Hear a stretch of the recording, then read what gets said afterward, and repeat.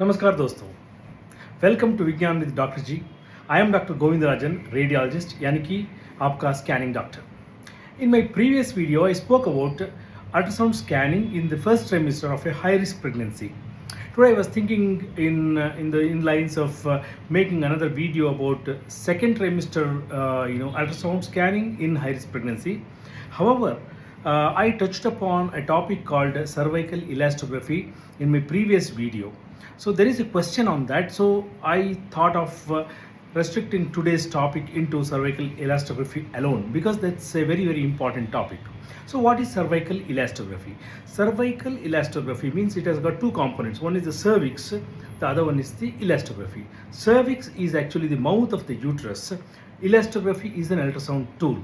So what is the mouth of the uterus to do with the ultrasound?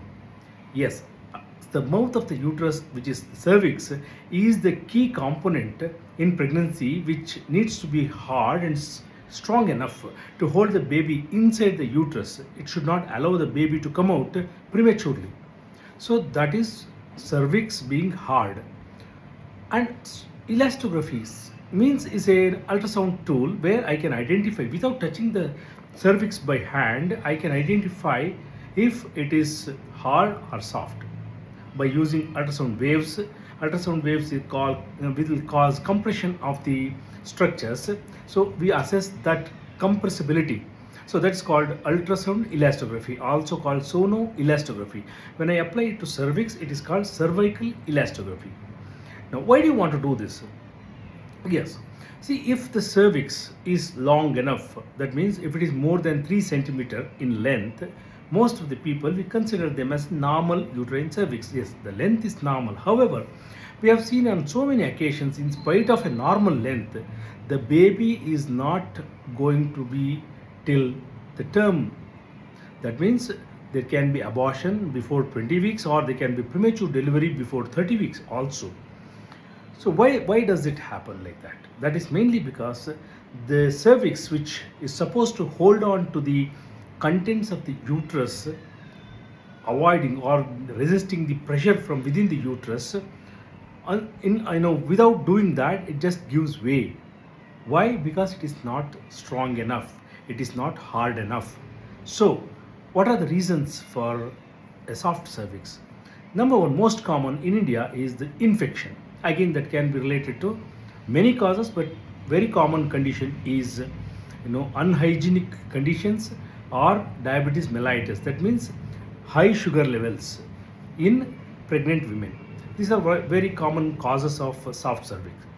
The other very important cause is any previous intervention. That means any prior history of surgery.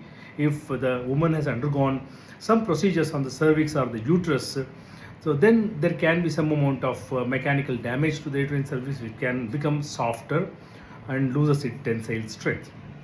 Or number three is inherently some women have soft cervix with incompetent os. That means the os means the opening, outer opening of the and the inner opening of the cervix, internal os and external os. They are incompetent. That means they are not fitting snugly. So that will become loose. So uterine contents passes off.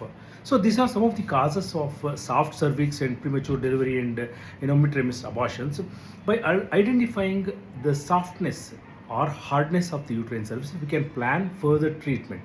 Like for example, if the length is normal but the cervix is soft, I know there can be some cause. If the cause is say infection, I can treat the infection, repeat ultrasound scan of the treatment, sonoelastography or cervical elastography, make sure that it is hard now. I can be rest assured that the pregnancy is safe. So if there is there is no cause of infection and if it's inherently weak cervix, then the answer is encerclage. That means stitching. So you have to tie the uterine cervix so that it will hold on to the uterine contents. So this is the most important aspect of cervical elastography.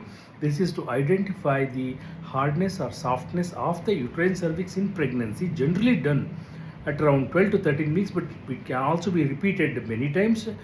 Most of the time we do it between 12 to 13 weeks and 18 to 19 weeks. So this is about ultrasound elastography. In my next video, I'll talk about ultrasound in second trimester of a high-risk pregnancy. If you want to know more about ultrasound in high-risk pregnancy, please follow me on Vigyan with Dr. G. Jai Hind.